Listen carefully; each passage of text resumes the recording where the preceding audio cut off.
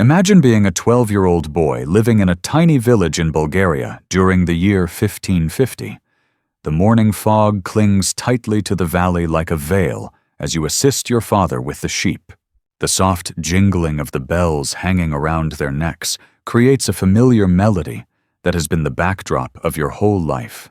Your mother is busy preparing breakfast. Warm bread and fresh goat's milk that tastes like comfort, like safety, like everything you have ever known.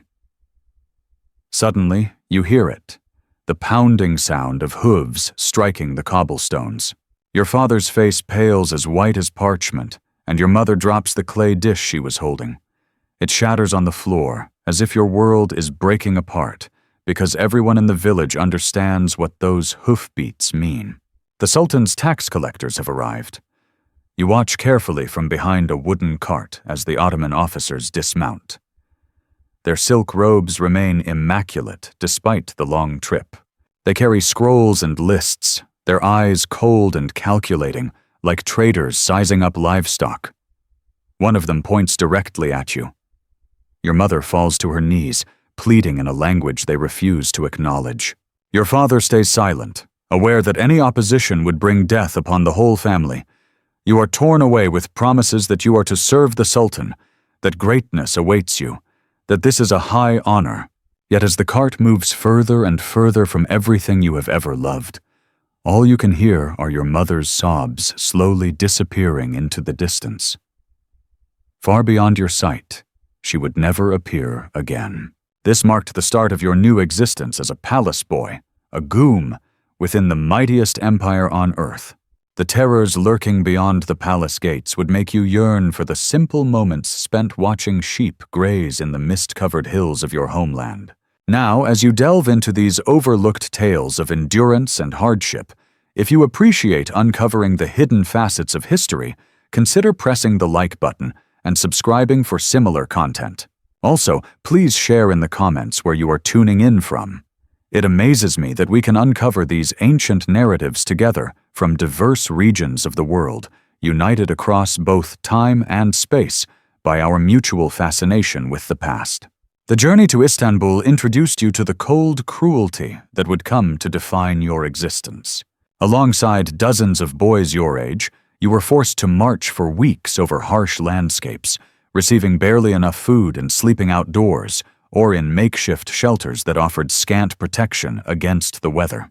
Those too frail, those who could not keep pace, those who fell ill or lost all hope, were abandoned to perish. Even before arriving at the capital, you grasped your first harsh truth about life in the Ottoman palace. Weakness meant death. Only those who were strongest, most shrewd, or most adaptable had any chance to endure the ordeals ahead. The boy walking beside you, perhaps 14 years old, was taken from a Greek fishing village. His name was Nick, though he whispered to you that soon that name would become forbidden. He attempted to flee on the third night of the march, but the guards caught him before he reached even a mile. They dragged him back to the camp and punished him brutally in front of all the other boys as a warning. His screams echoed across the fields, and you shut your eyes tightly, trying to block out the noise. Yet you could not escape the lesson. Fleeing was hopeless, and fighting back was pointless. By the time you arrived at the outskirts of Istanbul, you had learned to move like a shadow, speak only when addressed, and vanish from sight when the guard's attention turned dangerous. You had witnessed boys vanish in the darkness, some who attempted to escape, and others who simply could not bear another day. The gaps left by those missing served as constant reminders of your own fragile existence. The first glimpse of Istanbul's skyline should have been awe-inspiring. The minarets piercing the sky, the huge dome of Hagia Sophia, the vast palace complex that would soon trap you. Instead, you only felt a deep, hollow fear weighing heavy in your stomach like a stone. This magnificent city was the embodiment of all you had lost and all you now dreaded becoming. Upon arrival in Istanbul, the first ordeal awaited you: the selection. Ottoman officials separated the remaining boys into groups according to their assumed potential. The procedure was humiliating and meticulous. They inspected your teeth as if you were livestock, tested your reflexes, and made you endure harsh examinations designed to determine your fate. Recite the little you knew about letters and numbers as they measured your height, examined your skin for imperfections, and assessed your facial features with the clinical precision of art critics.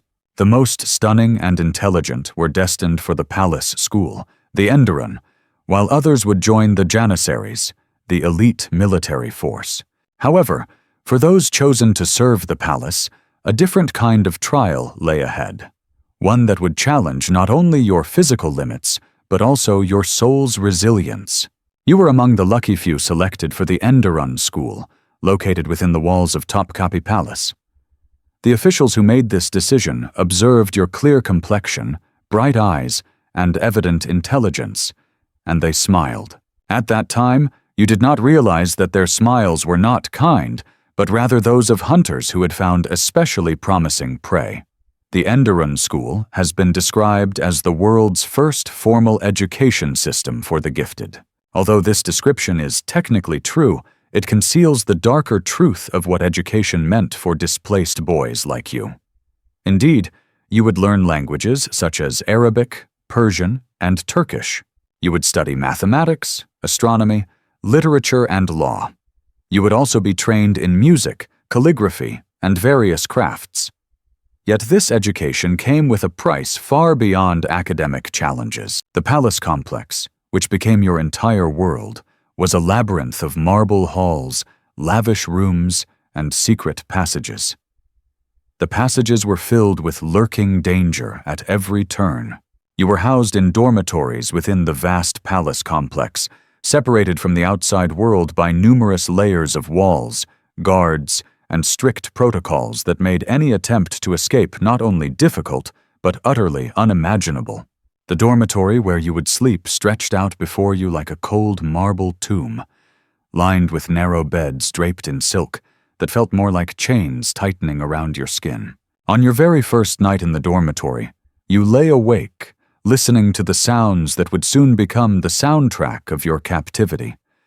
The soft sobs of homesick boys muffling their tears with their pillows, whispered conversations in languages you could not understand, and the quiet footsteps of older students and supervisors patrolling the halls after lights had been extinguished. You clutched tightly to the small wooden cross your mother had pressed into your hand as you were taken away. But by morning, even that fragile last link to your past life was found and confiscated. A new name was given to you, Mesmet, and you were ordered to forget your Christian roots entirely. Conversion to the empire's official religion was not a choice. It was fundamental to your transformation from a captured child into an Ottoman servant. The ceremony was performed with elaborate ceremony, as though you had eagerly chosen this destiny yourself. Yet you and everyone else knew there had been no choice involved. You repeated the phrases they instructed you to say, but deep inside, you clung to the memories of your mother's lullabies and your father's voice. Stories reveal that the most dangerous part of your education was the deliberate destruction of your personal will and your rebuilding as a tool for imperial control and pleasure. The palace functioned through a complex social order, where moving up depended not only on academic success, but also on how well you could satisfy those above you. Pleasing others came in many forms that no child should ever be forced to experience. Your initial introduction to the palace's hidden rules came from Amit, an older student entrenched in the system for 3 years. One evening, he approached you in the dormitory, his voice mixing menace and promise. "You are new," he said, sitting on the edge of your bed without asking. "You don't understand how things operate here yet, but I can shield you, guide you, help you gain favor. The teachers trust me, and they follow my advice about the younger boys." His hand settled on your shoulder, and you froze. At 12 years old, you had never been touched by a stranger, but something about his approach sent a chill through you. He leaned in closer, lowering his voice to a whisper, and stated that you would need to express your thanks. He implied there were certain ways boys like you could repay older students for their protection, ways kept secret between them. You confronted an impossible dilemma, one faced by countless boys before you. Refuse his demand and face harsh punishment, exclusion, and dashed hopes for progression, or accept and relinquish the last fragments of your autonomy. Childhood innocence was shattered by a system that treated your body as a commodity to be exchanged for favor and protection. There was no right option, only the instinct to survive. The palace's sexual environment was intricate and predatory, following rules passed down through many generations of exploitation. Eunuchs, who had been castrated as children and often carried their own emotional wounds, held significant influence and used it to take advantage of the steady flow of newcomers. They knew the system inside out because they had been victims themselves, but instead of shielding beginners, many became its most zealous enforcers. Older students preyed upon the younger ones, continuing cycles of abuse that had lasted for generations. It was a perverted type of initiation where the newcomers earned their rank in the social order by victimizing those even lower than themselves. Palace officials exploited their authority to freely access the most attractive boys, fully aware that these victims had nowhere to turn and nobody to ask for justice. What made this arrangement especially cruel was how deeply it was embedded into the official power structure. Sexual relationships were openly accepted, not secret scandals. They were part of the social fabric, intertwined so closely with daily life that they appeared both normal and unavoidable. Boys who attracted the attention of influential patrons could experience rapid advancement in their careers, easier studies, and more comfortable lives. On the other hand, those who rejected such advances often faced hardships and setbacks, making participation in this oppressive system almost impossible to avoid. Those who displeased their superiors often found themselves assigned to lowly duties, subjected to stricter punishments, or simply vanished from palace life completely. The psychological toll on boys like you was immense and deliberately inflicted. Severed from your family, stripped of your true identity, and thrust into an environment where your body was treated as mere property, you developed what today might be described as complex trauma reactions. Some boys became shrewd and cunning, using their sexuality as a means to gain favor and survive, while others retreated inward, becoming empty shells, barely going through the motions as their inner spirit withered away. You observed both these changes happening to boys around you. Dmitri, who had been taken from the same area as you, learned to smile and charm the older students and teachers. Within half a year, he boasted new clothes, better food, and even a private tutor for his language lessons. Yet his eyes lost their spark, and he stopped talking about home or family. When new boys arrived, he regarded them with the same cold, calculating stare that officials had once aimed at him. Stefanos, a Greek boy and son of a fisherman, chose a different path. He rejected all advances, endured punishments and beatings, and slowly faded into a ghost-like presence. He carried out his responsibilities mechanically, studied well enough but without passion, and seemed to disappear more and more with each passing day. One morning, Nick's bed was found empty, and from that day forward, no one ever spoke his name again. He tried to navigate a middle ground by accepting some advances in order to survive, while preserving a part of himself that remained intact. Yet the palace's very structure made finding such a compromise impossible. Each new day came with fresh trials and decisions forced upon him, choices between losing his dignity or facing total destruction, new methods through which the system attempted to reshape him in its own likeness. European visitors who traveled to the Ottoman court occasionally caught glimpses of this secret world, although their records were often colored by their own cultural prejudices and limited insight. A Venetian ambassador in the 16th century remarked on the officials' strong preference for their young male attendants, describing scenes that deeply disturbed him.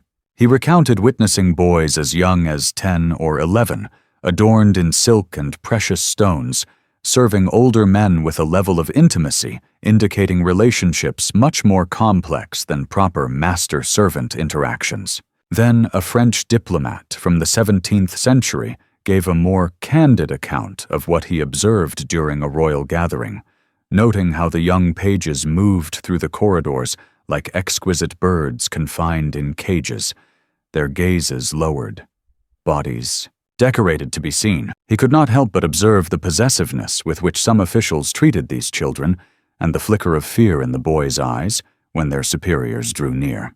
The harsh physical conditions of life inside the palace only made matters worse. Psychological mistreatment was employed in methods aimed at dismantling your resistance and fostering dependence. You resided in crowded dormitories offering little privacy, where every second was monitored and regulated. You were roused before daybreak for prayers and compelled to memorize them. Meals provided were sufficient but not plentiful, served at exact times, and you followed a strict routine that left no opportunity for contemplation or defiance. Punishments occurred frequently and were inventively designed to degrade and crush morale. Boys who disobeyed rules, spoke their native tongues, practiced old customs, or failed to show enough enthusiasm for their new existence faced beatings, public shaming, or confinement in tiny rooms barely large enough to lie down. You observed a boy named Milos, who had been discovered praying according to his previous faith. He was forced to stand unclothed in the courtyard all day, while other students were encouraged to ridicule him. The message was unmistakable. Your former identity was not merely banned, it was a source of disgrace. The internal economy of the palace made your circumstances even more complex and introduced extra layers of exploitation. You could earn limited privileges by demonstrating good conduct, excelling academically, or gaining favor with your superiors in various ways. These privileges, such as better food, improved clothing, more comfortable sleeping spaces, and access to books or musical instruments, became highly valuable within your confined reality. The system established a tangled network of obligations and allegiances made resistance nearly unthinkable, and collaboration appear as the sole means to endure. You learned to maneuver through this environment with the shrewdness of someone far beyond your years.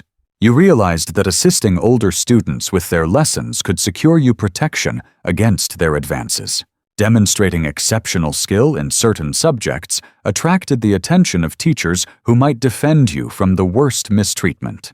Perfect compliance and visible eagerness toward your new existence could earn small liberties that felt immense within your restricted world. Some boys tried to escape, but the palace's position on a peninsula surrounded by water rendered this nearly impossible. Those captured suffered harsh consequences that were intentionally publicized to discourage others. You witnessed a boy who attempted to flee by swimming across the Golden Horn return barely alive. The brutal beating he endured before all the other students left him permanently wounded. He became a living warning to the rest of you, broken and almost non-functional, embodying the fate of those who chose defiance instead of submission. The rare few boys who succeeded in fleeing confronted an even greater hurdle. Having spent so long in the palace and with their original identities erased completely, reintegrating into their past lives It was impossible for their families not to recognize them. Their communities might reject them as traitors or converts, and they had few abilities that could help them survive outside the palace system. Most who fled were captured again within days, yet even those who stayed free often felt lost in a world that no longer seemed to have a place for them. As you grew within the system, navigating survival through a mix of intelligence, adaptability, and carefully measured compliance, you confronted new trials and a deeper corruption of your spirit. The most accomplished students could eventually be appointed to prominent government roles, but this achievement came at the expense of upholding the very system that had harmed them. You gradually understood with growing dread that your instructors and supervisors, the men who shaped and scarred you, had once been boys like yourself, taken from their homes and transformed into instruments of imperial control. This awareness forced a dreadful decision upon you. You could reject the system and probably be destroyed by it, or you could fully embrace it and become one of its enforcers, responsible for selecting the next group of boys, breaking them down and remaking them, preserving the palace's order of power. and exploitation. Many boys chose the latter path, finding it easier to become predators rather than remain prey indefinitely. Ultimately, the ceremony called chikma represented the conclusion of your palace education and the beginning of your new role. After enduring years of systematic mistreatment disguised as education, you stepped into adulthood fluent in several languages, adept in administration and diplomacy, and educated in various arts and sciences. Yet, you also emerged as someone whose spirit had been deeply damaged, whose grasp of power was permanently linked to exploitation, and whose ability to form normal human connections had suffered in ways that might never fully recover. For many who completed this journey, the change simply meant shifting from one form of exploitation to a different one. Those assigned to administrative roles found themselves in an environment where sexual favors and political gain remained closely connected. The lessons about power, submission, and survival learned within the palace walls continued to influence their adult existence. Individuals placed in military positions carried psychological wounds from their palace experiences, often becoming either ruthless agents of imperial authority or broken individuals seeking purpose in lives founded on abuse. The attitude of the Ottoman elite towards these practices was intricate and intentionally devised to sustain the system while denying its darkest realities. Although official rules forbade many abusive actions, palace authorities often ignored behaviors that benefited their interests. The system succeeded in producing competent administrators and loyal servants, which was its main goal, despite the significant human toll. The system was regarded as irrelevant to its success, and any criticism was brushed aside as a lack of understanding of the empire's intricate methods of education and progression. Writers from the Ottoman era occasionally recognized the darker sides of the system while still defending its overall merit. A historian from the 16th century stated, "It is true that the palace school requires significant sacrifices from its students, and that not all who enroll come out unchanged, yet from this forge of discipline and knowledge emerge the empire's finest servants, men whose loyalty has been proven and whose skills have been sharpened to excellence." This narrative of transformation and self-improvement concealed the true experience of boys like you. Your trials involved systematic sexual abuse, your discipline meant the erasure of your original identity, followed by the creation of a new self intended to serve imperial goals. Your education came at the expense of your childhood innocence and your ability to form normal human bonds. What makes the Ottoman palace system particularly unsettling is the way it intertwined genuine educational benefits with systematic abuse, making it hard to distinguish the advantages from the suffering. Boys did gain an education that was remarkably advanced for the era. They learned to read and write in languages that unlocked opportunities across the known world and studied sciences and mathematics that were the cutting edge you obtained from. Your mistakes included skills in negotiation, governance, and military tactics that would benefit you throughout your entire life. However, this education could not be separated from exploitation and mistreatment. The very instructors who enriched your intellect also harmed your body. The same establishment that offered opportunities simultaneously destroyed your innocence. The institution that guaranteed progress also made certain that success was always stained by the means used to reach it. This system further exposes the complicated connection between authority, sexuality, and violence in pre-modern societies. The Ottomans were not alone in exploiting youth. Comparable practices appeared in different forms across ancient and medieval civilizations. Yet, the Ottoman institution stood out due to its vast scope, organization, and integration within the imperial framework. It was not some secret wrongdoing, but a public establishment praised for its efficiency and protected by those who benefited from it. By the 17th and 18th centuries, the palace system started to deteriorate as advances in warfare lessened the significance of the janissary units, and new administrative methods reduced dependence on palace-trained officials. European influence and evolving societal views also played a role in the gradual alteration of the system. However, These developments came too late for the thousands of boys who passed through palace doors at its peak. Their narratives of struggle and transformation remain a powerful testament. Lost childhood, shattered innocence, and broken spirits in service of imperial authority illustrate one of history's most thorough instances of systemic child abuse. The boys who endured this harsh reality had to learn how to survive in a realm where their attractiveness was both a benefit and a burden, where their intellect was appreciated but their humanity disregarded. To progress, they were forced to relinquish fragments of their souls, never to regain them. Some ascended to influential roles such as viziers, generals, and governors, shaping the empire's future, yet they bore the invisible wounds of their time in the palace. Many continued harmful patterns they had experienced, while others vanished into obscurity with their sufferings left undocumented and their fates unknown. The palace walls that once echoed with the steps of these young boys remain standing today, repurposed as a museum where visitors admire the stunning architecture and artistic riches of the Ottoman court. Tourists are captivated by the exquisite rooms where the empire's elite received education, yet they notice only the outward beauty. The marble hallways conceal their darkest stories, and the chambers where learning and exploitation coexisted remain silent about the tremendous cost paid by countless generations of boys in exchange for imperial prestige. Although guided tours recount the history of the palace, they rarely reveal the profound human toll beneath the surface. The school's educational innovations and its part in preparing skilled administrators are often highlighted. Its role in the empire's achievements is frequently praised. However, the systematic mistreatment that was essential to how it operated goes unmentioned.